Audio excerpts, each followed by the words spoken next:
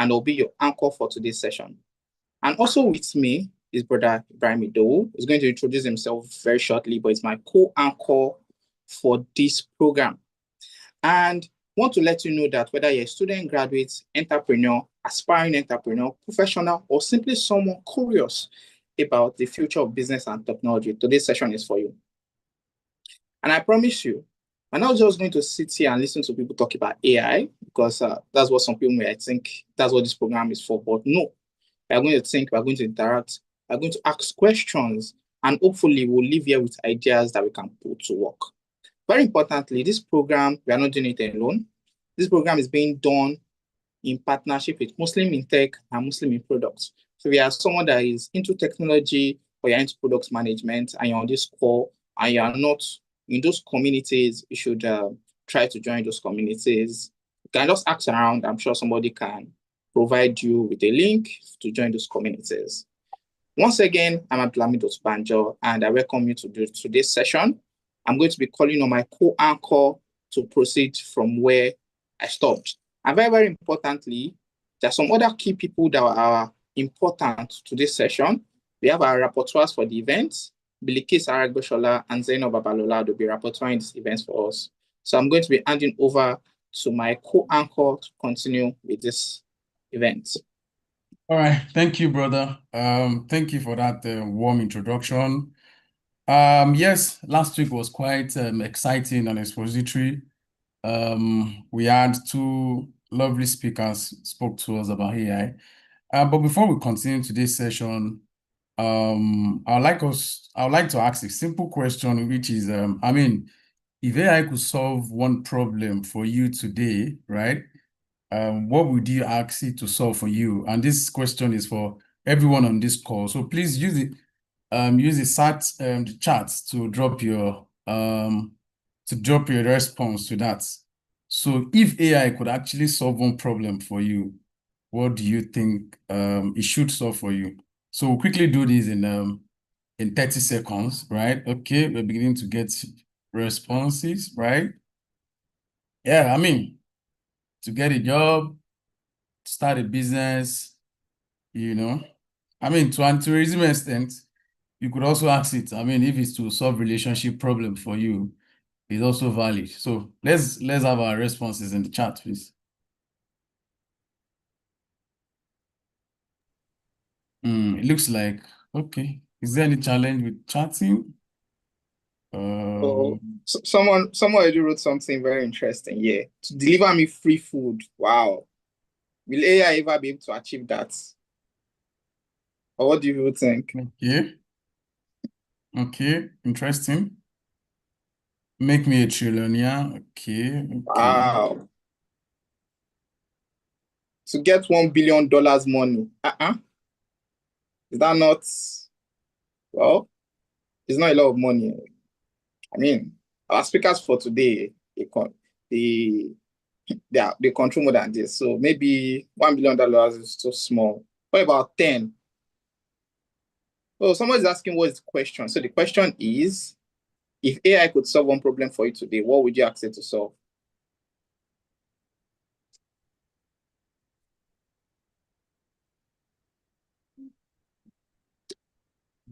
All right. In order not to take much of our time, we all understand or have an idea. And if we don't have an idea, this session is for us. Beyond just using Claude, Copilot, or ChatGPT, to just answer our random questions, right? And even for generating images, we could look at it from the perspective of business, in building products. I'm sure many of us already have a few ideas in the past that we want to build, but perhaps because of the incapability or capacity to develop. And we have our speakers to discuss some of these things. So today's session is for you, and be rest assured that we have capable ways to actually treat these two topics. Over to you, please, my co-anchor. All right, thank you so much for that. Before we move on, we'll just do a quick recap of the previous session.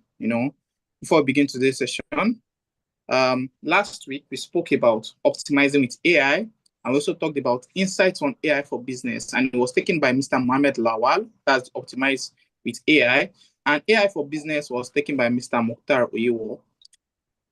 Optimize with AI is showing how AI can support better productivity and decision making. If you missed that session, we have it up on YouTube. I don't want to take so much time into going through it. So without further ado, I'm going to be introducing our first speaker for today. Our first speaker is going to take us into the broader question. Sorry, I think we missed out on the opening prayer. Oh, yeah. Okay. Before we go into that, I would like to call on Brother Sadiq Idowu to help us with the opening prayer.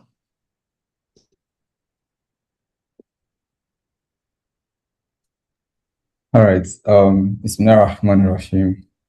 Alhamdulillah. We thank Allah subhanahu wa ta'ala for giving us this opportunity to gather here today.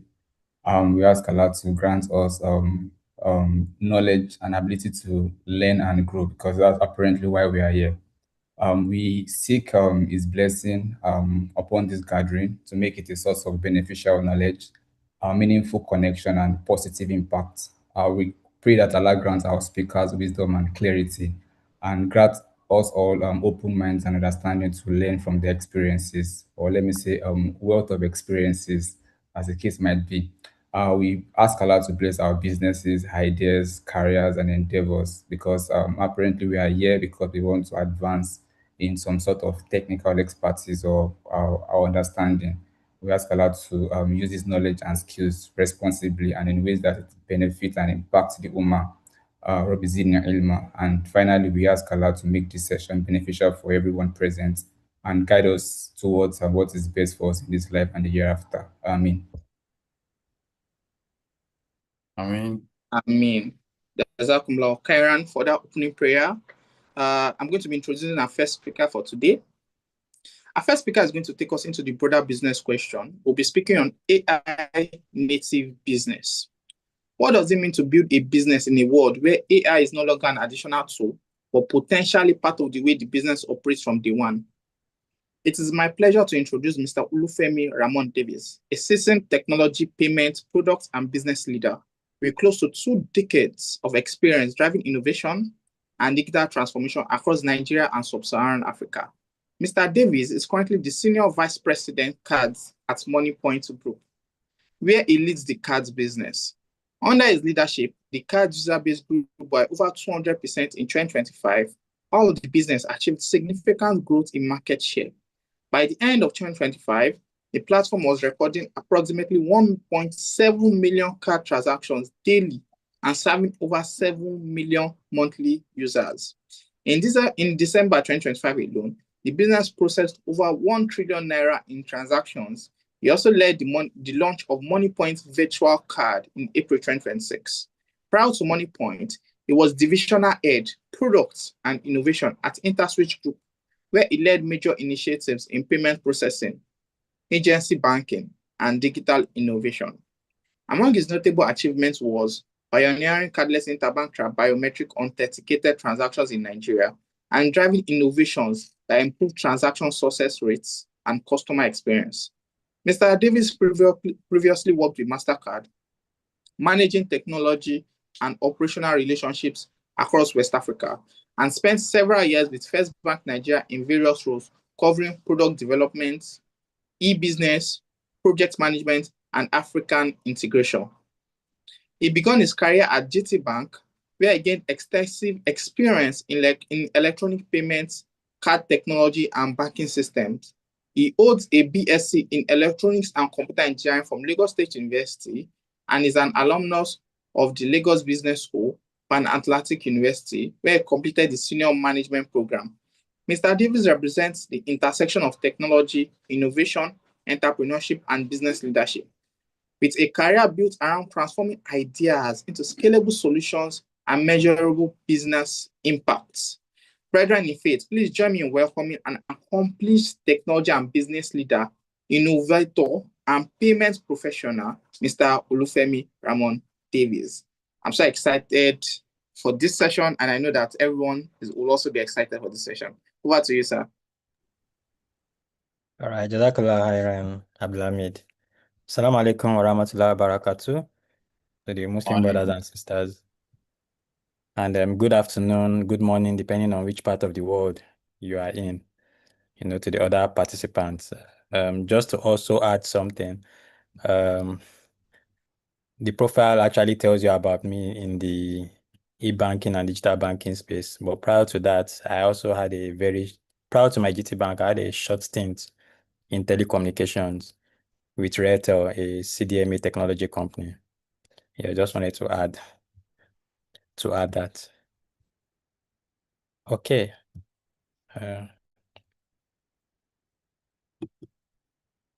Okay, before I start, let me show some respect by acknowledging the second speaker today, that's Sister Mujidat Ashiru, and also acknowledging the ESCOs for organizing and the committee for organizing this program, and some of my colleagues in the industry. I know Adekunle Bamidele is here, the founder and owner of ProEye, who is also a very, very dear brother and industry colleague to me. Okay. So the topic before me is AI native business. So how many minutes do I have? 25. 25 minutes. Okay. All right, thank you. So I'll be talking on AI native business. I know you've had so many lectures on AI itself, and there's going to be another one that goes, into product development after this. So I'm going to make mine to just focus on the business part of it as much as possible.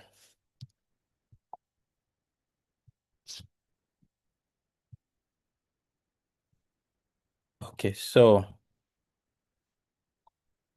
AI.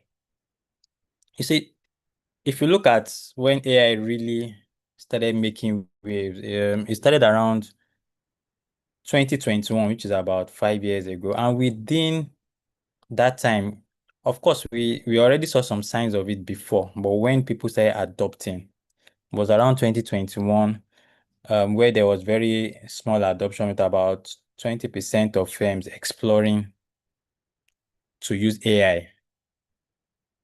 And that was shortly after the COVID lockdown.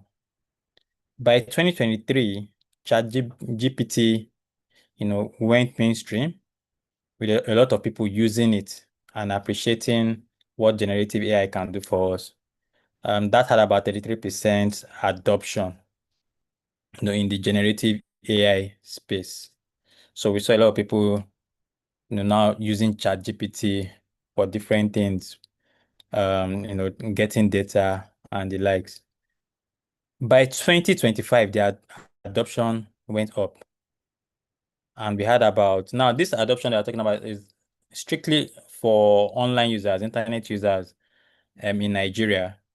So if you take only the internet users, it's not the entire Nigeria that we're talking about. So about 88%, started making use of one AI function or the other, be it ChatGPT or others like Gemini, provided by Google. Currently at 2026, the AI use by individuals is surging between 88% to 91%, for the daily work.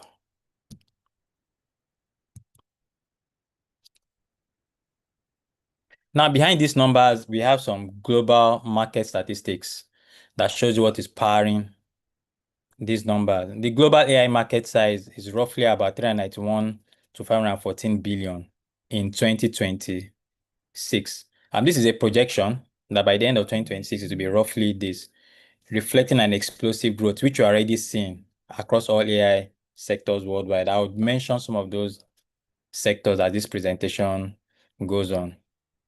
The enterprise generative AI revenue grew from under 2 billion in 2023 to about $37 billion in 2025. That's about 20 times growth in just 2 years. This is showing you the potential of what AI can do and what it is doing. Companies continue to invest in AI across the world. with AI spending getting to about 301 billion. It's projected to get to about 301 billion by the end of 2026, up from 2023, 2025, 223 billion dollar closure. So it's predicted that we'll have a 35% year-on-year increase in the worldwide spending on AI. Research shows that return on investment for companies, that invest in AI, companies earn back nearly 4 times what they invest in generative AI.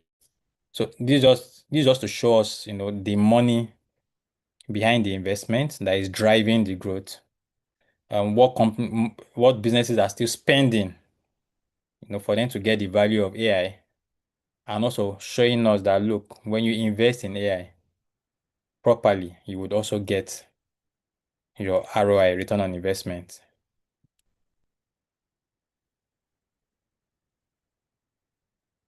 Nigeria. So for Nigeria is a tale of two ends, right? While the individuals are adopting AI speedily, about 88% of Nigerian adults, that are online users, already use some form of AI tool or the other. And it's interesting to see that it's actually one of the highest globally, right? However, and a lot of them use ChatGPT, just like I said. A few use some other ones, you know, as AI tools.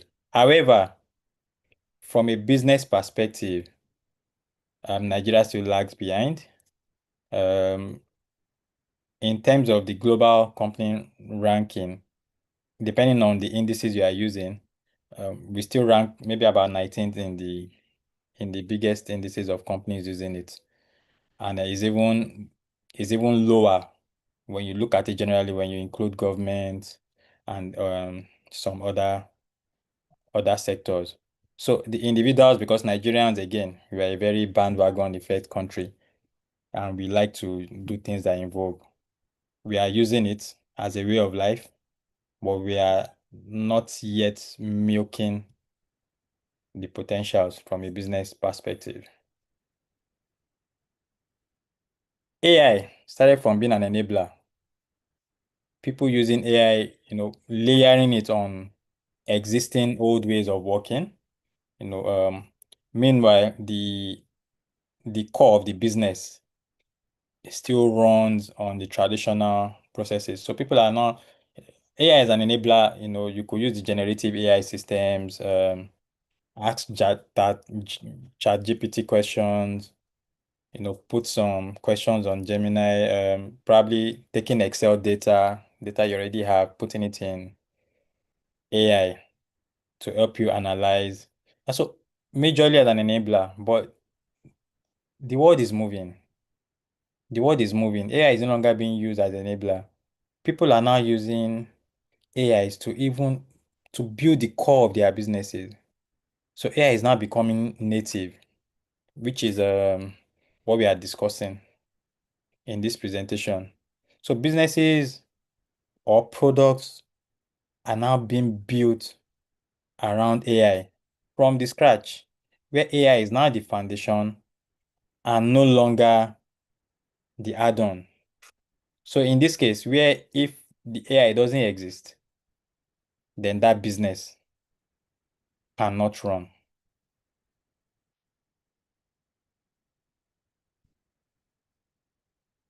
So businesses like Cartesia, Clay, and some of them in the world run on those.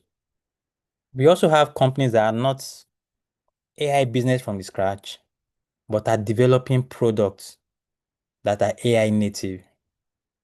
So that's also another way to go for existing companies, to start building some of their new products on AI, which will enable them not to lose out in what AI can give, the benefits of AI. I'm going to talk about some of the AI native things that we are already seeing, even in Nigeria. So learning and personalized on demand. AI is transforming corporate training. Companies are now using AI-powered training tools. So AI now powers 68% of corporate training, up from 32% in 2023. Right? This part boosts efficiency by 57% and retention by 45%. Half of all job roles will need AI skills by 2027. So whether you like it or not, you just need to adopt AI, because by 2027, half of the job roles will need you to have some form of AI skill or the other. 93% already use AI as a personal tutor. The way we take decisions in the business world is changing. Once upon a time, business decisions are taken either from just gut feelings. Oh, I have a feeling if I start this Kunu business, I will make money, just because everybody is selling Kunu. Now, business decisions are not just taken from gut feelings, but they are data driven. And the best way to take the best data driven decisions is also by using AI for the analysis of that data. So today, 78% of financial firms use AI to analyze data, and investment firms, about 67%, use AI to screen their deals. However, we need to be careful. The use of AI is not everything. You must also ensure that you have the skilled labor, the experienced human being, to also verify the results of this AI data-driven analysis before decisions are made. In the recruitment world today, HR of organizations are already using AI. Globally, 87% of organizations use AI in hiring. Sorry, I take that back. Not globally. Europe and America, of course, which represents where the big companies are already using AI for hiring. So it means if your CV is not tailored or your profile doesn't have those buzzwords or is not towards what AI wants to see for that role, the probability of getting hired is slimmer. In the Fortune list, the Fortune 500 list, those are the top companies by revenue in America. 99% of them already use AI for their recruitment. Some of the things they use AI for is the job description. They use it to screen the CVs, and what it helps them to do is it just improves their time to hire and it reduces their cost per hire. AI is not perfect. We've also seen situations where AI rejects qualified candidates, but only maybe by about 26% from the feedback that some of the HR experts have given.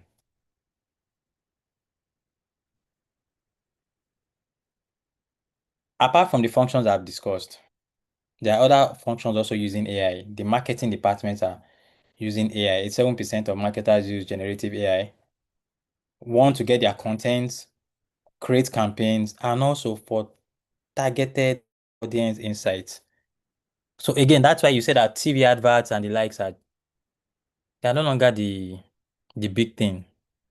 Everything is now moving online and people are now using AI, to ensure that they are targeting the right people and then using it to also get their content. Software engineers, of course, things like Copilot are being used. For the hiring process is things like a MetaView. Of course, there are other tools. Also, the MetaView is a very, very, very popular one used by the HR people. Customer service is also changing. We now have AI chatbots. I'm handling first line support, of course, reducing the number of human beings you need there. But the human beings are now gradually moving to second or third line support only. AI is still also going to get to those lines of support at some point. In the health and agricultural industries too, they are also using AI for medical diagnosis, crop insights, and of course in finance, fraud detection is also being driven by AI. At the flip side, the fraudsters are also using AI to improve their own ways of trying to hack the systems.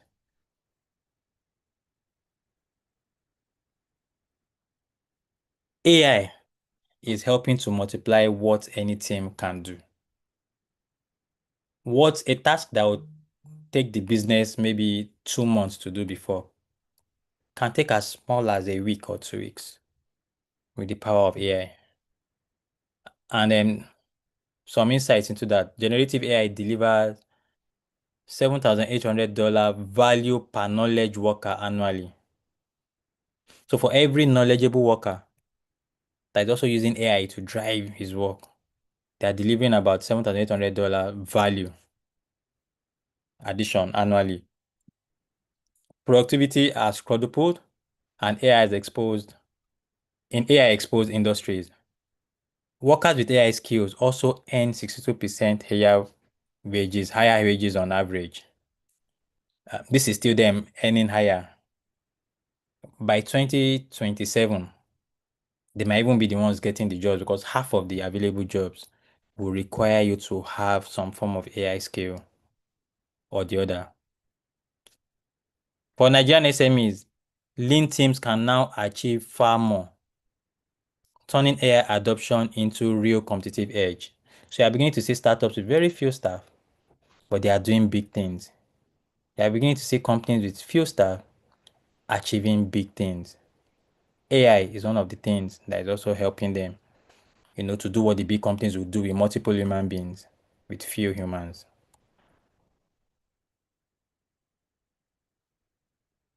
Now, we are not saying replace everybody with AI. No. In AI native business, AI is the core of the business. The business runs on AI. However, it doesn't throw away the experience of human beings in the various industries. AI is like every computer, can also be what we call garbage in, garbage out. AI gives you data. AI helps with decision. It gives you insights. AI does a lot of things. It helps you to code and do everything. But when you give AI, for example, Copilot, if you are coding with Copilot and you don't have an experienced engineer to review the code, you might end up releasing an application that will be easily hacked. If you take business decisions without the human context also, right, then AI can also give you errors, which can also be catastrophic to your business. Again, some data, 47% of enterprise users made a major decision based on false AI content. AI always sounds confident because that's what it's programmed to do. Error rates reached 15 to 25% on financial tasks and higher on legal ones. So if you're a lawyer using AI, or if you are trying to use AI for legal advice, you are not throwing away the experienced lawyer totally. And why I'm mentioning this towards the end of my presentation is to let us know that while AI will help us achieve, it will help us scale. The human beings still need to understand the content of their business and whatever they are going into for them to be able to review the activities of AI. 93% of hiring managers say human involvement remains essential in AI-driven processes. Experienced professionals spot bias, errors, and context in AI mistakes. Whenever you use AI in a business, again, the experience of the human being must also be used to keep to make sure that what you are using it to drive, the decisions you are making, are also in line with the reality of the industry. Let AI assist the decision, but keep a human being in charge to review.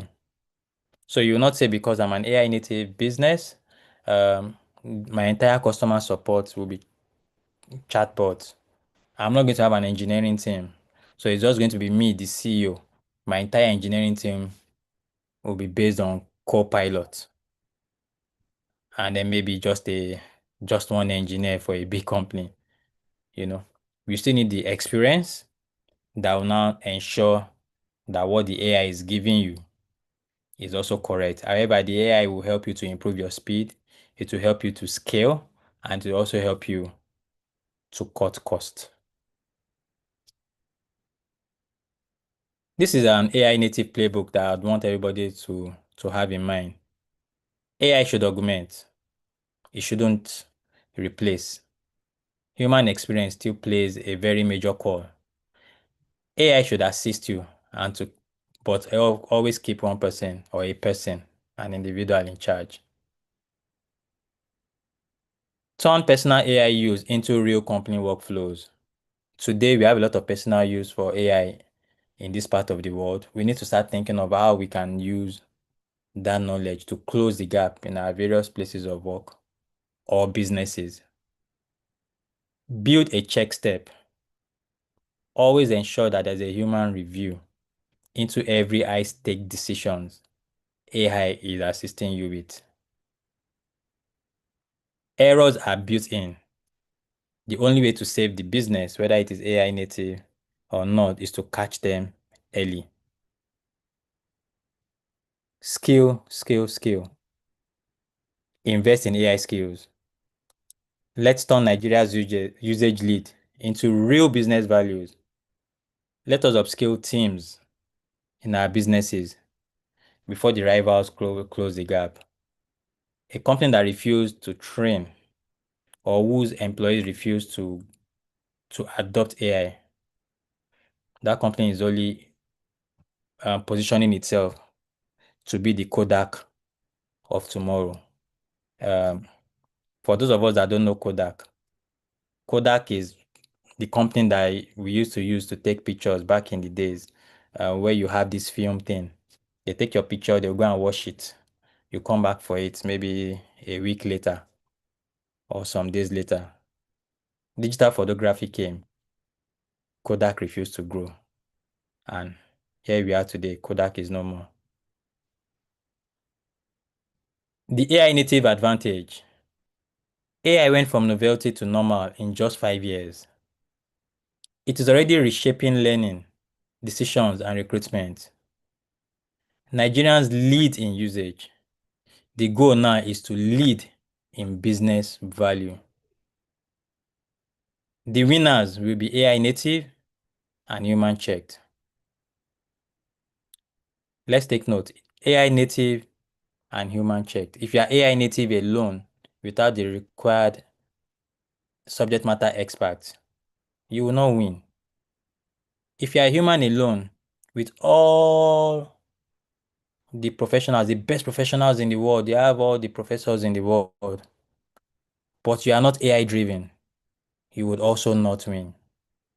The way to win in today's market would be to be AI native and human checked. Thank you very much. Questions? Wow, that was awesome. That was quite expository, quite revealing, and I must say that I mean, the way you calmly put it makes it quite interesting. It looks like you're an historian, sir. I mean, that was awesome. Thank you very I'm much an for. alumni of Lagos State University, I'm Ekpe aware. campus. So I'm if I aware. cannot speak in public, then there's a problem. We agree. That was interesting. I mean, if you take away from everything you've said, I'll start from the rare. I mean, speaking about Kodak, and I also want to mention Nokia because I recall when Yeah. I mean, the Android OS was also, coming on board, and Nokia refused to, to actually adopt it. They were sticking to their Symbian OS, right? I mean, AI has come to stay, and that's why we can see that so many organizations are actually spending the big bucks to actually, I mean, be like frontiers when it comes to AI adoption, right? And you also said that AI is helping to multiply what work can do. I mean, that's 100% correct. I recall that, there are a couple of things I've actually done, that typically I'll call somebody who has the expertise to just, that have achieved with AI. So, I'm not just me, I'm sure quite a number of persons on this call have actually also done the same. There's this movie I saw recently on Netflix, Colors of Fire. There were a lot of AI usage in that movie. So, so adoption is beginning to grow as far as Nigeria is concerned. But just like you said, we also don't be consumers. We also have to be people who are engaged in the building of the AI system itself. And I think Nigeria is we're trying our best in that aspect, right? So that's quite interesting. And I would just want to charge each and everyone on this call, if there's one thing that you've learned from this session, I just want you to put it on the chat, right? Let's put it on the chat. We want to see what our comments are. In terms of the business and in your personal project, do well to drop it on the chat. Sir, you just give us some minutes so that I'll take the second speaker, and then we can take questions. I'm sure people have quite a number of questions that they want to ask. And yes, we'll take our second speaker right now. All right, thank you.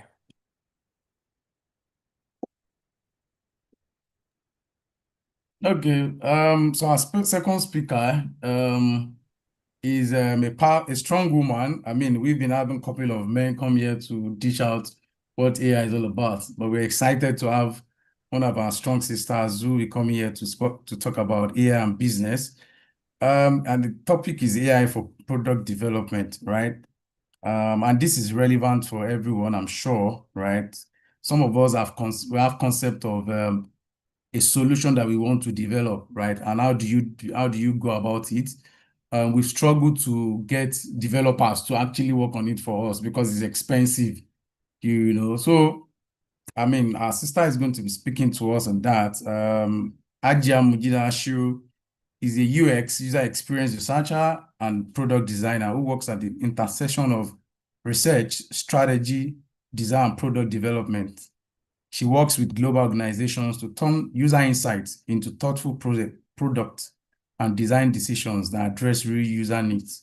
Beyond her professional work, Ajia Mujida leads programs and initiatives that foster learning, collaboration, and mentorship for emerging designers and researchers. Her approach combines research with strategic thinking and design, helping teams move from understanding the problem to making better product decisions and creating meaningful solutions. We welcome Ajia Mujida Ashiru. Over to you. Assalamu alaikum. Wa alaikum assalam wa barakatuh. Thank you very much for the introduction. I would also like to say assalamu alaikum to the previous speaker, Mr. Davis. I really learned a lot from your presentation. And I'd also like to highlight that I really like that you backed up everything with figures. It really shows your expertise. I'm honored to be sharing the stage with you. So the topic for today is AI for product development. And I'll be sharing how AI is changing the way that products are researched, designed, built, and improved. Specifically, I would also like to show you where AI can help you move faster. And just as importantly, where you still need to do the work by yourself because like you already know, and like the previous speaker has also mentioned, you cannot leave everything to AI. And most importantly, the process of product development.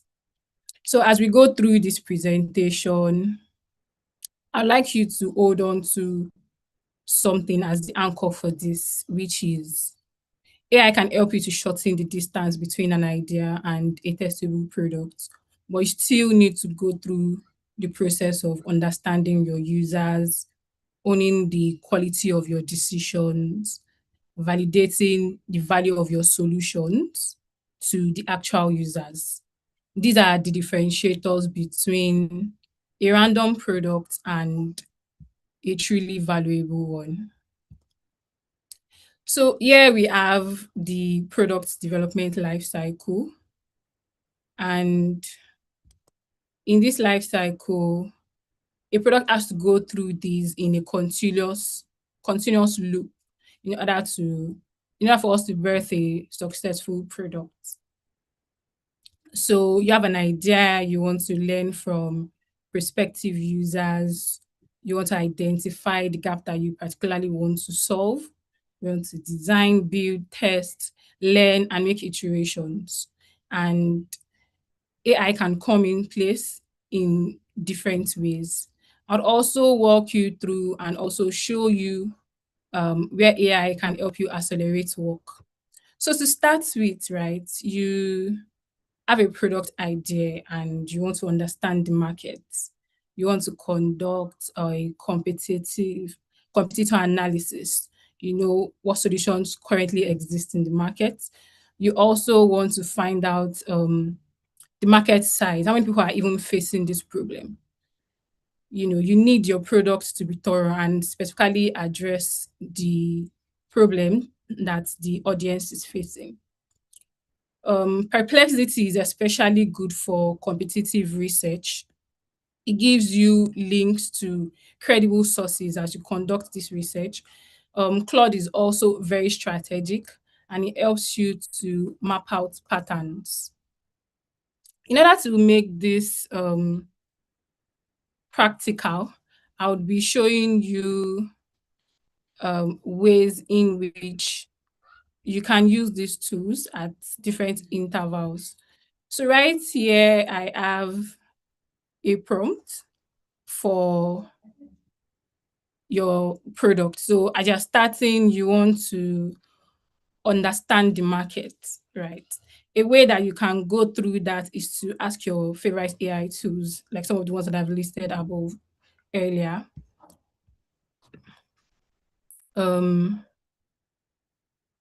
Like some of them that I've listed earlier, you want to, apologies. So you want to understand what competitors exist in the market. And with using AI, you need to be able to ask the right questions. So you're putting a prompt in your tool and saying, okay, you're trying to explore a product in this category. I'm using an example of a Sharia compliant stock screening app in this case. But depending on the product that you're trying to build, the solution that you want to create, the problem that you're trying to solve, you fill that in with something specific to you. You also need to put in the target users and the location for you to get something that really aligns to the problem that you're trying to solve. You also will need to specify exactly what you're looking for. So this particular prompt is for a competitive analysis. So it also says identify the major direct and indirect competitors currently serving this market. You put everything that you need. Then key things to get an accurate result from here is to prompt the AI to identify gaps and underserved needs across the competitors that currently exist if they do, and also provide links to sources and claims, because again, AI is a co-worker with you. You still need to verify everything that you find. So it would be good for you to prompt the AI to give you links to sources that you can verify by yourself. So when you get the results that could serve as a basis for your secondary research, you also need to conduct primary research because you need to understand your actual users, right? You need to understand their pain points. You need to also gather evidence that supports each of the pain points. And in doing this, you can use Otter AI, right? So conducting research, you're speaking with people who would potentially be using these products. Before now, this takes a whole lot of time, right? Speaking with users, recording, or even if you're not recording, you're taking notes, right? Which poses a risk of distraction when you're speaking with people, right?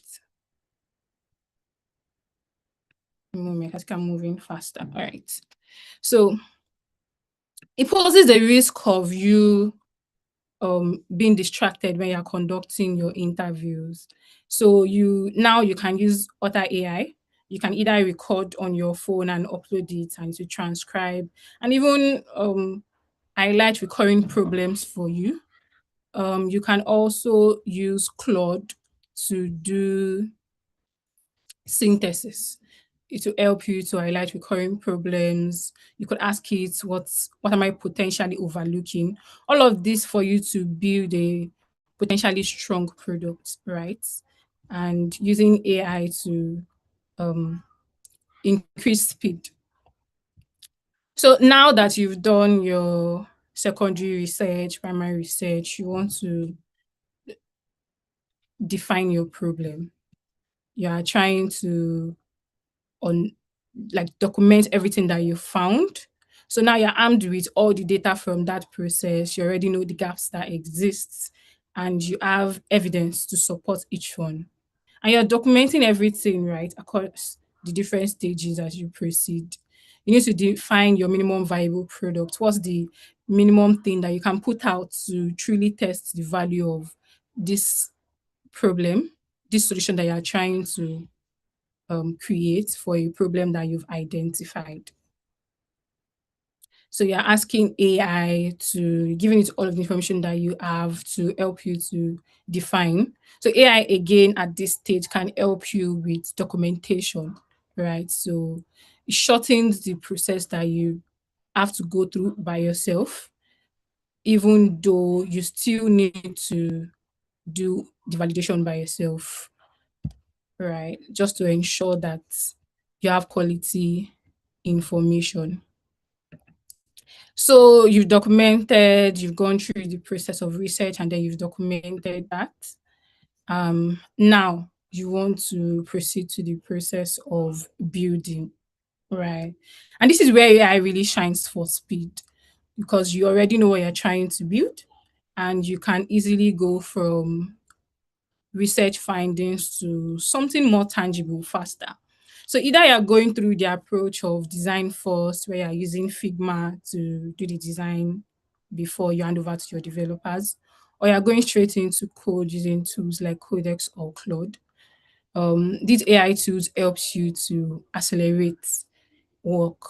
So with Figma has an AI agent where you can easily get from a blank screen. You already have all of the directions that you want to go. You've identified the pressing needs of your users and you want to go from a blank screen fast to development. So AI can help you, Figma AI can help you to come up with different iterations, right? Then when you have that, you are able to, with the information that you already have from the research that you've done. So now you're not doing things without proper information. You're already armed with information sourced from secondary and primary research, right? You've actually spoken to the people who have these problems. And you're putting all of that information that you have, using it to generate multiple iterations. And then by yourself, you also need to decide, right? Because you're not going to leave AI to do everything for you. That's where your expertise comes in. So you are going to decide what to prioritize. You are going to decide the direction to actually go. And then even if you are using AI straight into Claude or Codex, right, You can also use AI to review the flow to say, okay, what edge cases haven't I considered? Right? It helps you to get through things fast. Could a user get confused by this navigation? It will help you to highlight inconsistencies. All right. So having done that, if you are also going through the process of design, then development, you have a working product. If you are going through the process of using code, there are tools like Claude, Codex, Copilot that can help you to generate application structure, write code, debug errors, and also even generate documentation and tests. And this will help you to speed up fast, as opposed to, we all know how much, and maybe we don't, but it takes a really long time to come up with an actual product. It takes multiple developers and a long time to go to market, right? So in order for you to hasten that process, you can also use some of these tools that I've mentioned.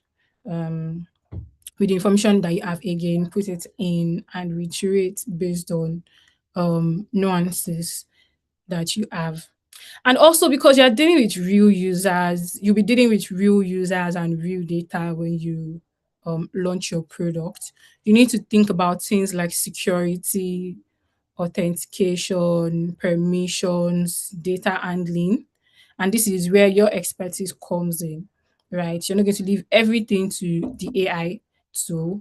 You're going to go into the code to verify, restructure things, so that you don't end up shipping something that works, but still creates security risk and exposes user data depending on the scope of your project, or just becomes difficult for you to maintain the code base.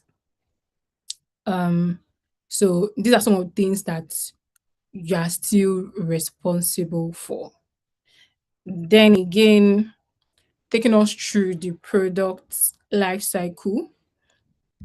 The next thing for you to do now is to launch your product. You're having gone through the process of collecting data and feedback as you proceed. So you are doing A/B tests to understand that, okay, the direction you are going in the process, in the stage of design, is actually viable.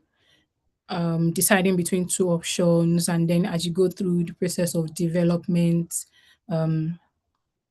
you're also making sure that everything is of high quality and standard, because all of this goes on to ensuring that you have a credible product. Then you launch, and then when you launch, you'll be swimming in data, honestly. People are using your products. Are they struggling? What features are they actually using? AI can help you at this stage to highlight recurring problems. So you're going through the support tickets, feedback from users, analytics, reviews, and then instead of manually going through all of this by yourself, you can use AI to help you to generate patterns faster. And then you decide by yourself what to prioritize, what to fix first, depending on frequency of feedback or urgency that you get, right? Then now, when you get all of this, this is, over time, all of this process would have taken you so much time, in the process of building, maybe a couple months, and depending on the products that you are building now, you can do all of this faster. So I would like us to, some of the things I would like us to take away from this presentation is that AI helps you to shorten the distance between your idea and a testable product. It also helps you to accelerate work, but by yourself, you need to judge, right? You don't leave the product judgment to your AI tool. And then even though it's good to get things fast, right? AI helps you to speed work up. That's not the only goal of a product. The goal of the product is also to build something credible that's truly valuable to your target audience. So as you use this AI tool to hasten things up, as you use it to get through the repetitive tasks and all of that, you need to ensure that you're judging by yourself based on your expertise, and then verifying, testing, and using feedback from actual users to build. So, and if we have questions or something.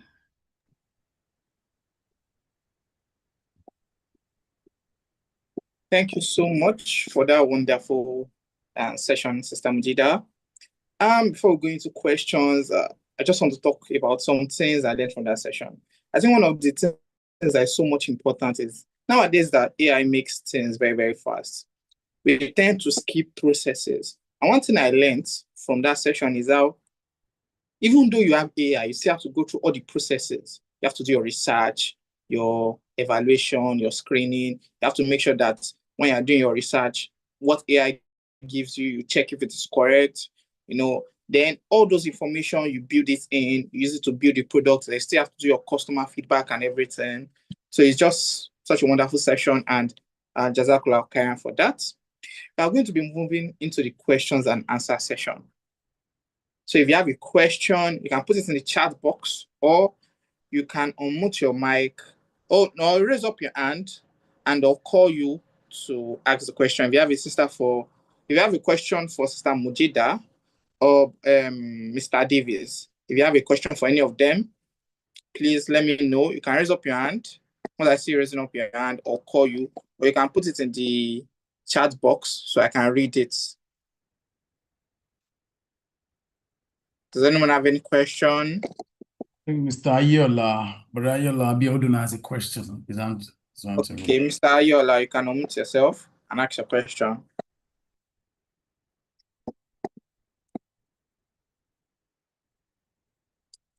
Mr. Abiodun, we have with you. You can unmute yourself.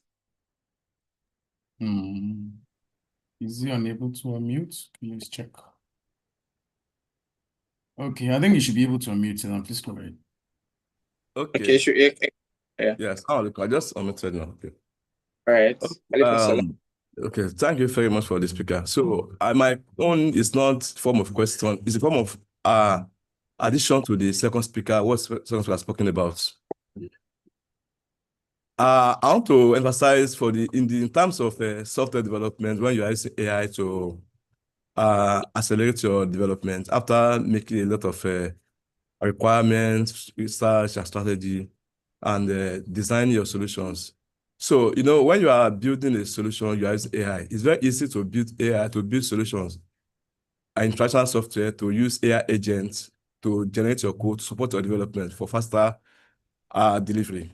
But there are also some areas where the business is not only building a solution that require AI agents to support the development. There are some areas where the business needs to build the actual AI model that will support the business. For example, if you want to build a solution that's dealing with lending, loan management, your developers might not have the required skills or capability to build such AI products.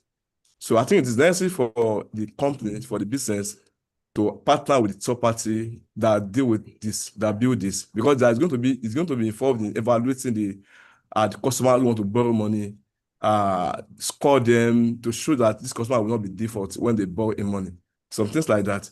So I think there is need for the company to partner with such partner to build a model for them, and that model will now be exposed in terms of an API for the business, so the business cannot consume the API.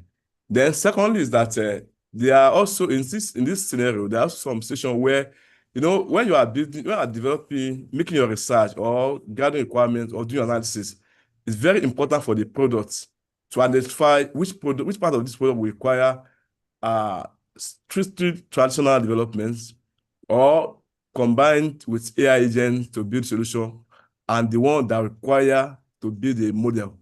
You know, in Nigeria, I've not seen a company that deal with AI native by building model from the scratch from beginning to the end. You understand? We still rely on third-party companies in abroad. These are the that build this API, that build this model, and they just expose the API to us. So that's the addition I have for the second speaker. Then for the first speaker, I have a question for him that for people who have been in development for a while, people have spent 15, 17 years in traditional software. You know, to shift to building AI is not something that's very easy. If you see an advert online, they say they need an AI, you see the kind of years of software that they'll put there. They say 9 years, 12 years experience in artificial intelligence, automation, all these things. So what strategy can these people like that use to accelerate their career in joining the AI world so that they will not be left out? Because when people hire people who have higher experience in AI, like 12, 15 years, the people that have traditional software experience, their job might be threatened sometimes. So what strategy can somebody like that use to accelerate their career in AI development? Thank you. All right, thank you for that question. Mr. Davis, did you get the question, or I should recap? No, I got the question. So, All right. so first of all, let me start from your contribution to the product development, if Sister Mujida permits me. So the presentation is not to tell you to become a developer of an AI software, right? It's not for you to develop your own cloud or your own Gemini and the likes. Now, what that presentation from understanding has shown us is how we will use those tools to now make our own work better.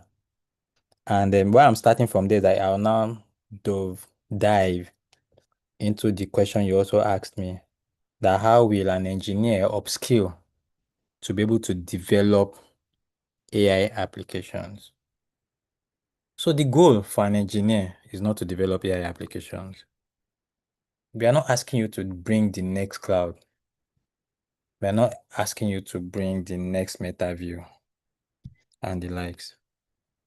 What is required of you, except of course, if you get employed by companies that build those things like Google, right? And they say, okay, your work is maybe to work with the machine learning department or artificial intelligence department, then you'll be trained towards that. What you need immediately as a developer, what you need today as we speak, is how to use the existing AI tools to enhance your work, right?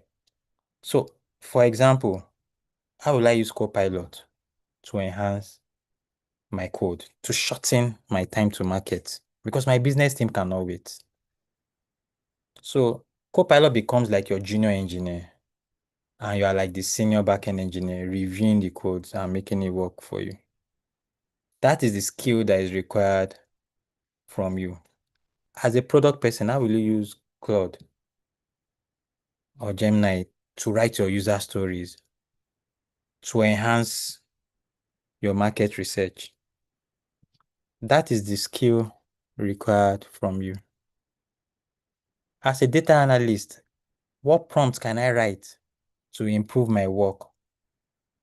Because look, for instance, if you want to start talking about the best way to use AI, one, the AI must know the persona you are trying to represent. Are you looking at it from a customer service perspective, an executive perspective, or user experience perspective? And then it must also now understand the task you want it to do. Do you want it to write a code, or do you want it to analyze the data? I'm giving you the 4 steps. Then you must also understand the context.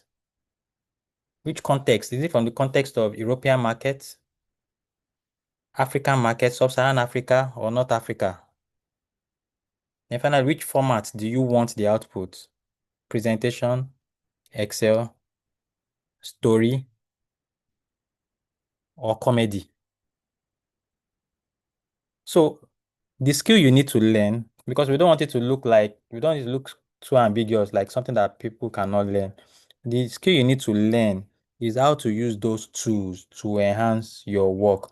The same way you will use a car to enhance your work, maybe motorcycle for delivery or something. The same way you use a computer to enhance your work. How will you use the existing AI tools to enhance your work? And which AI tools are best for your line of business?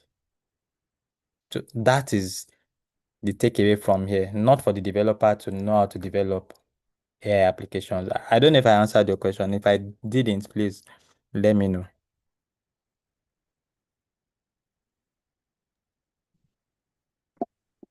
So I think you answered this question. And we also have some other questions we have to answer. Okay. So maybe if maybe after the session we can go into it. So the next question we have here is also for you.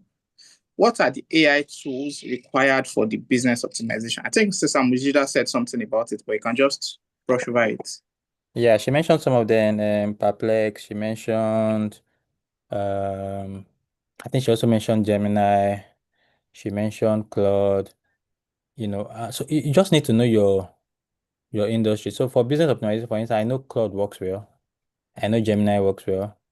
If what you want to just do is generative, and the scale of your business also matters. ChatGPT can also work for you if it's just generative content you are looking for. But if you are into things like human resource management, for instance, right, and you want to optimize that business, you'll be using things like MetaView. Can we get what you said again? Meta review. MetaView, Okay, MetaView. Okay. METAView. MetaView. If you're an engineer, then you're looking at things like Claude, Copilot. So you must identify the best AI for your industry.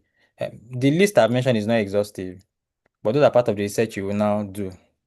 Okay, if I'm in this industry, which AI will be best for my own optimization? Okay. So this next question, I would love both you and Sister Mujida to answer this question. The question is, when building AI native products for Nigerian small businesses, what do you think matters more initially? Having the most advanced model or understanding the local workflow and building around how people already work? Should I come again?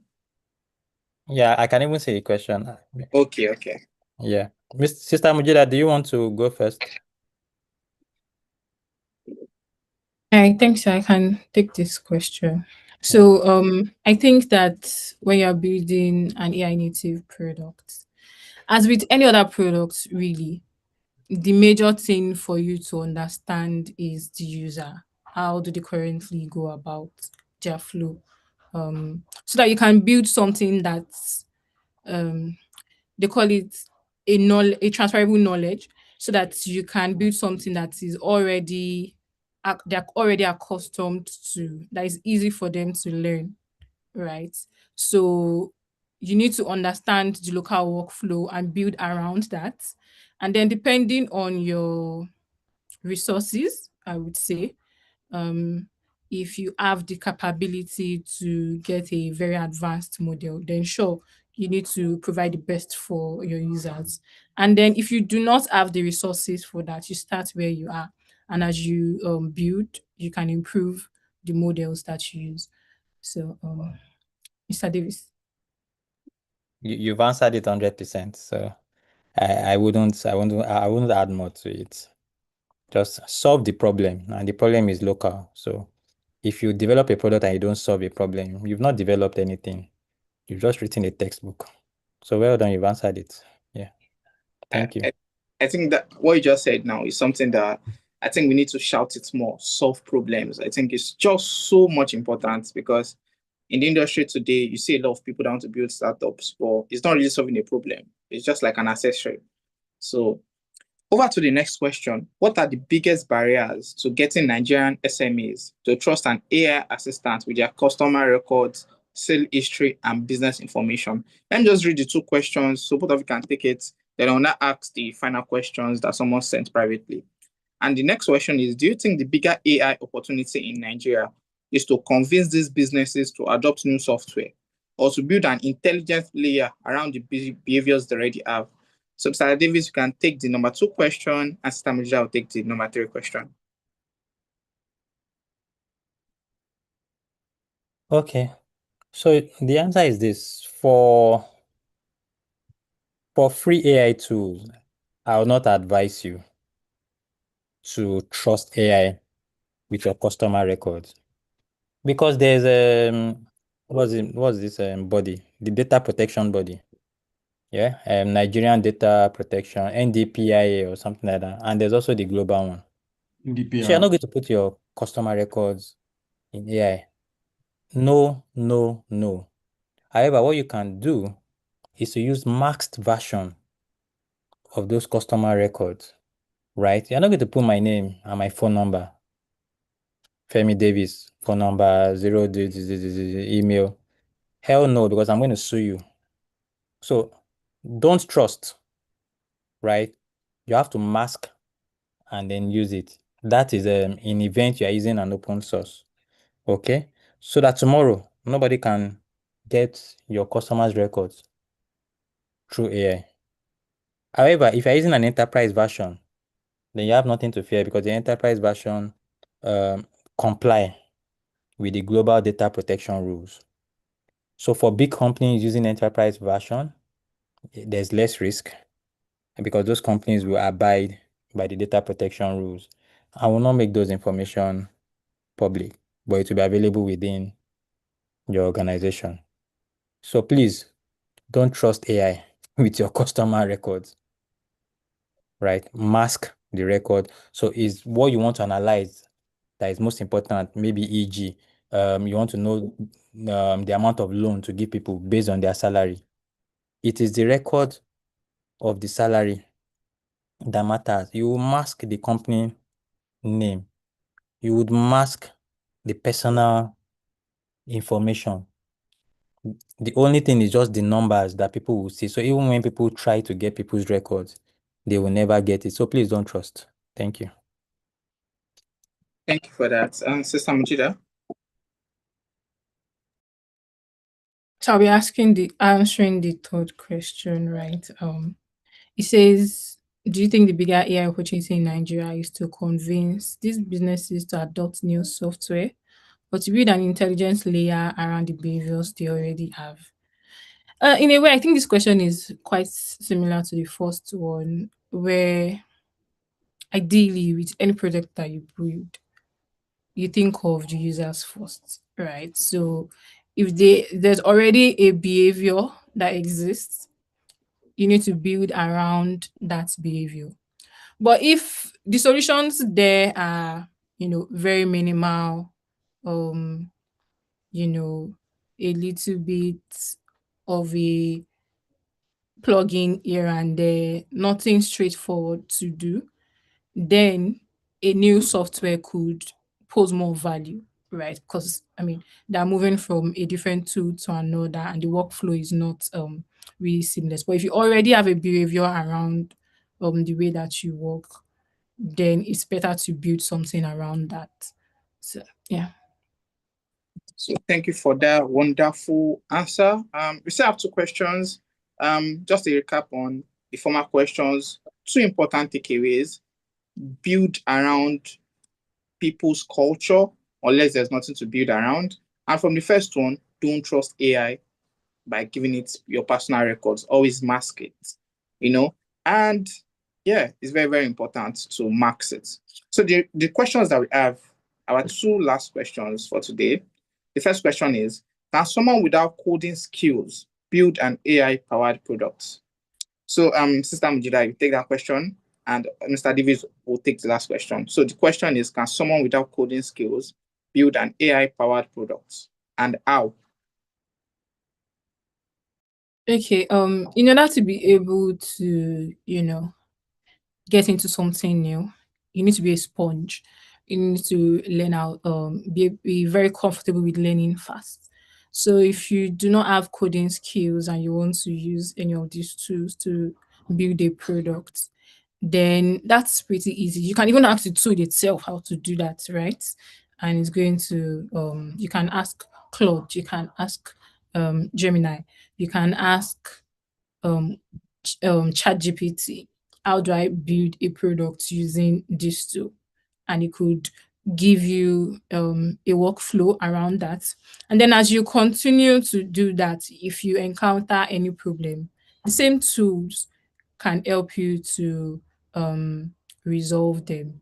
However, right, you cannot take away the importance of expertise, right? So it will do you a lot of good to have somebody that you can reach out to at certain intervals to say, I've tried this and it didn't work. How do I go about it from here? So, but it's very much doable.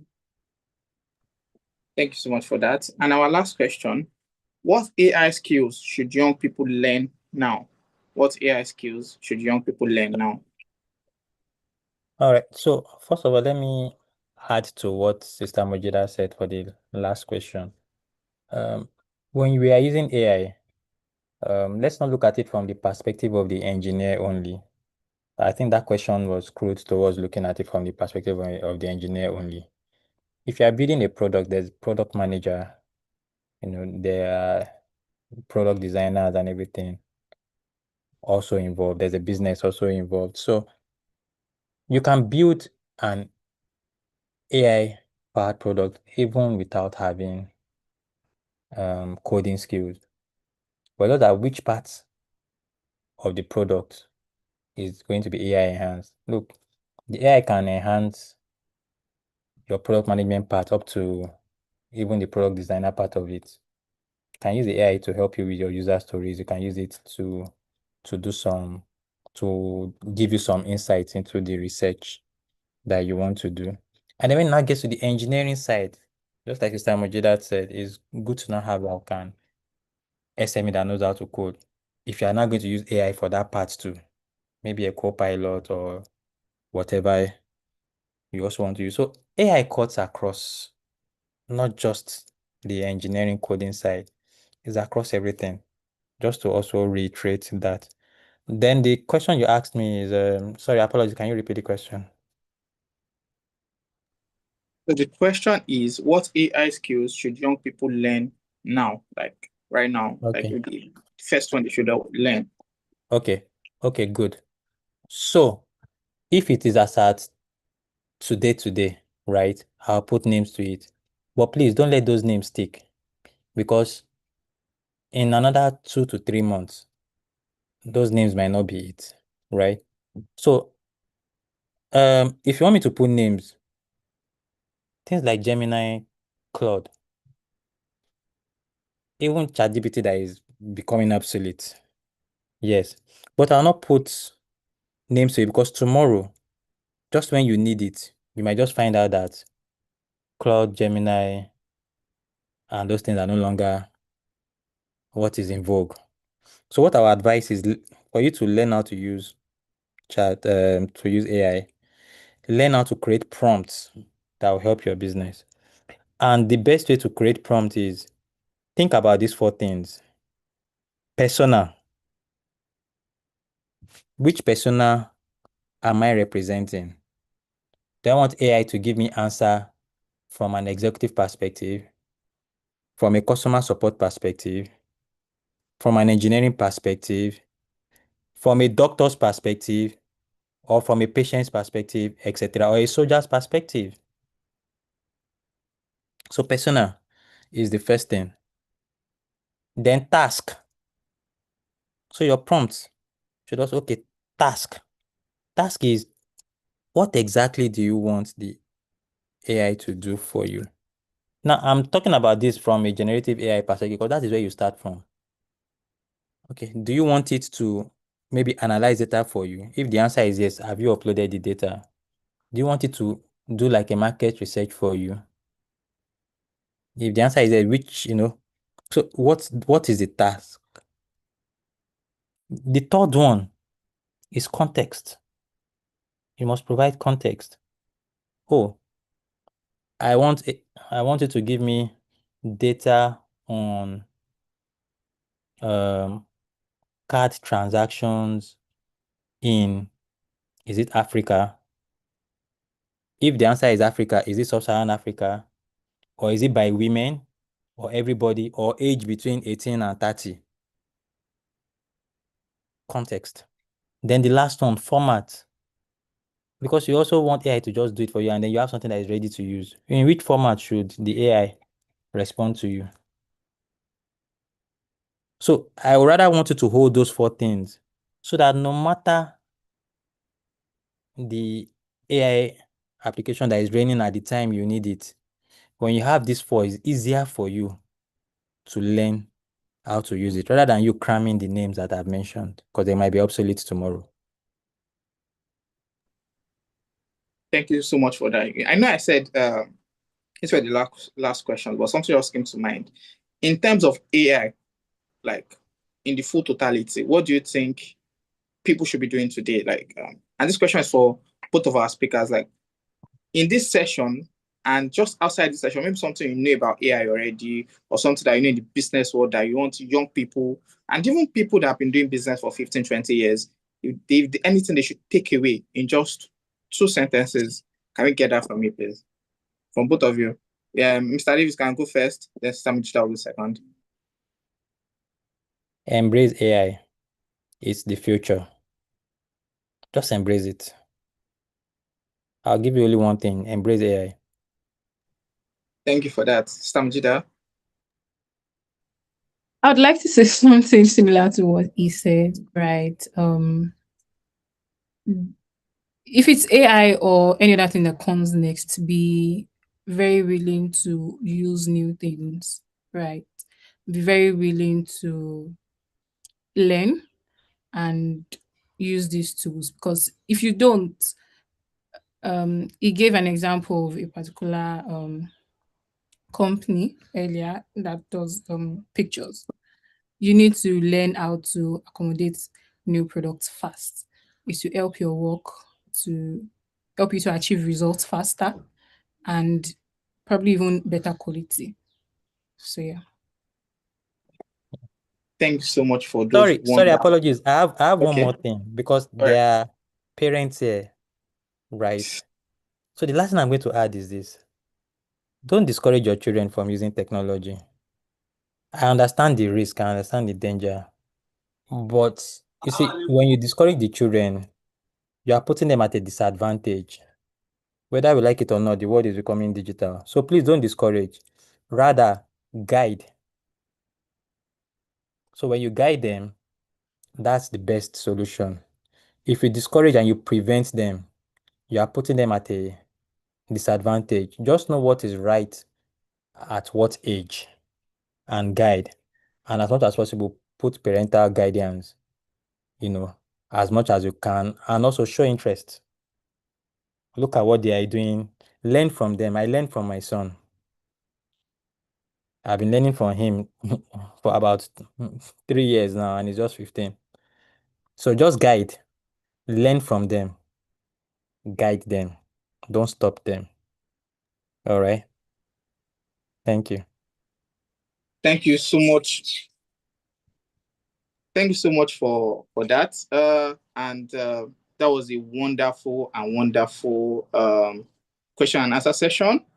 There are so many things that have given us today that I want us to take home, and but before I do that, because some people, if I give you that now, some of you might want to leave. I would like for us to take the announcement session, because we have a lot of announcements to make today. So my co-anchor will be taking that. Thank you very much. Thank you to our speakers. That's a wonderful session that we just had. I'm sure many people on this call would have, had one or two things to, take home from this session. Inshallah, some of the things that we have coming up tomorrow, inshallah, we'll be having the Last Omega Relationship series. and it promises to be insightful. I'm sure those who attended the last one can testify to that, right? We're having a clinical psychologist who will be joining us tomorrow, inshallah, at 2 o'clock, 2 p.m. West African time. We also have 10 scholarship slots for next gen's upcoming generative AI and AI automation cohort, which was, given to us by one of the speakers. And inshallah, please let's check the website for further information on that. For those who are interested, it's not there yet, but of course, we'll do well to put it perhaps from the start of next week, inshallah. The pitch competition is still ongoing. Those who are interested in, expressing their interest, please go to the website and fill the form. And we have up to ₦1 million worth of prizes, right? So let's do well to register for that. And also next week, inshallah, we shall be having 2 powerful sessions in venture capital, and as well as how to raise fund. I'm pretty sure that tomorrow it will be a full house. When it comes to raising fund, people are interested. So we have 2 strong men who will be coming to speak to us on venture capital and how to evaluate your business. Right, you have a business and you want to see what does it worth. Maybe perhaps because you want to raise some funds, you want to sell a part of it. So we have 2 key, two facilitators who are going to be joining us tomorrow, inshallah. So these are the announcements we have for us for now. Thank you.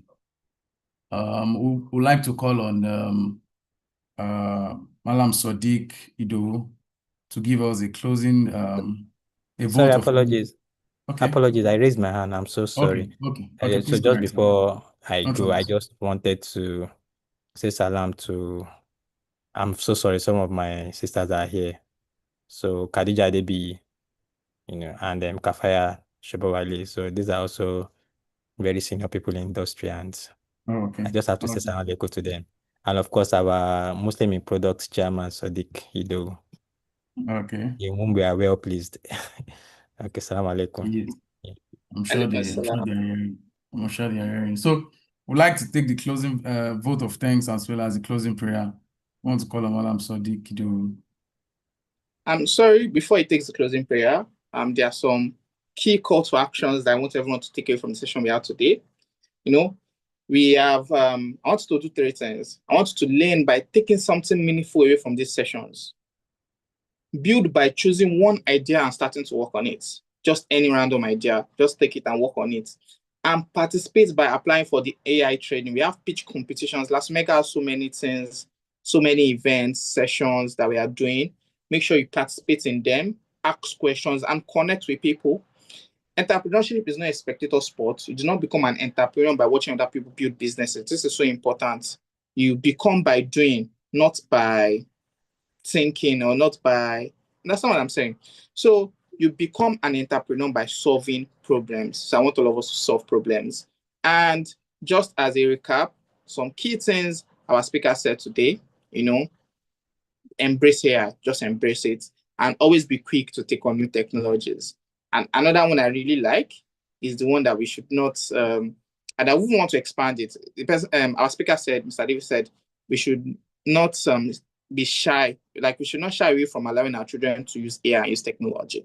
And not only that, we should mention that all the information and knowledge we have taken away from today, make sure that we pass it on to our friends, to our family, our parents, our sisters. This kind of things that help people build products and help people grow in their career. Thank you so much for that. And we'll be taking our closing prayer now. Now, Bismillahirrahmanirrahim. We first and foremost thank Allah subhanahu wa ta'ala for making us witness yet another session of the Last Mega Entrepreneurship Series. As we round off today's session, we want to sincerely and greatly appreciate our speakers. First off, Mr. Olufemi Davis, who happens to be one person that has personally supported me. So in terms of my own personal, product career, so I'm happy that we've all, had the personal privilege to learn from him and his wealth of experience. We ask Allah to further reward him in abundance. And Sister Mujida Ashur, a very senior person in the product design space. It's apparent that it was really an insightful session, and I'm sure that we've all learned from our both speakers for sharing their knowledge and experience with us. We also appreciate the planning team, our partners, volunteers, those who have handled publicity, and everyone who contributed to making this session possible. Most importantly, we thank everyone who has joined today's session. We ask Allah to reward us all in abundance. As we live, let's remember that the future does not belong only to those who know about AI, but it's for those who know how to use technology to solve meaningful problems. So we don't just ask, what can AI do? We should start asking, what problem can we solve with AI? I think that's one of the most important things that we can take out from today's session, where our speakers have made us understand that we need to solve valuable problems. It's not just building or trying to do something for fun. You're actually solving for a critical pain point. So, and that's where entrepreneurship begins. May Allah bless our efforts, increase us in beneficial knowledge, open doors of halal opportunities for us, and make our skills beneficial to our communities and the Ummah at large. Jazakumullahu khairan. Thank you so much for that. We have come to the end of today's session. And just as a reminder, we have other sessions. We have one happening tomorrow, same time. Please make sure you are there. The ones we have next week, make sure you are there. Our pitch competitions, there's a lot of money to be won. Some of you that are on Discord, don't allow people that are not on Discord to go and win those money. Like, there are prizes for each tiers. So make sure you go to our website. It is in the chat box. And if you're on the group chat, you see it on the group chat. You can check your friends' status. Check it everywhere. Check our social media pages. You're going to see it there. Thank you all for joining today's session. And it's a pleasure to have you all. My name is Abdulhamid. And see you next time. Bye. Masalam.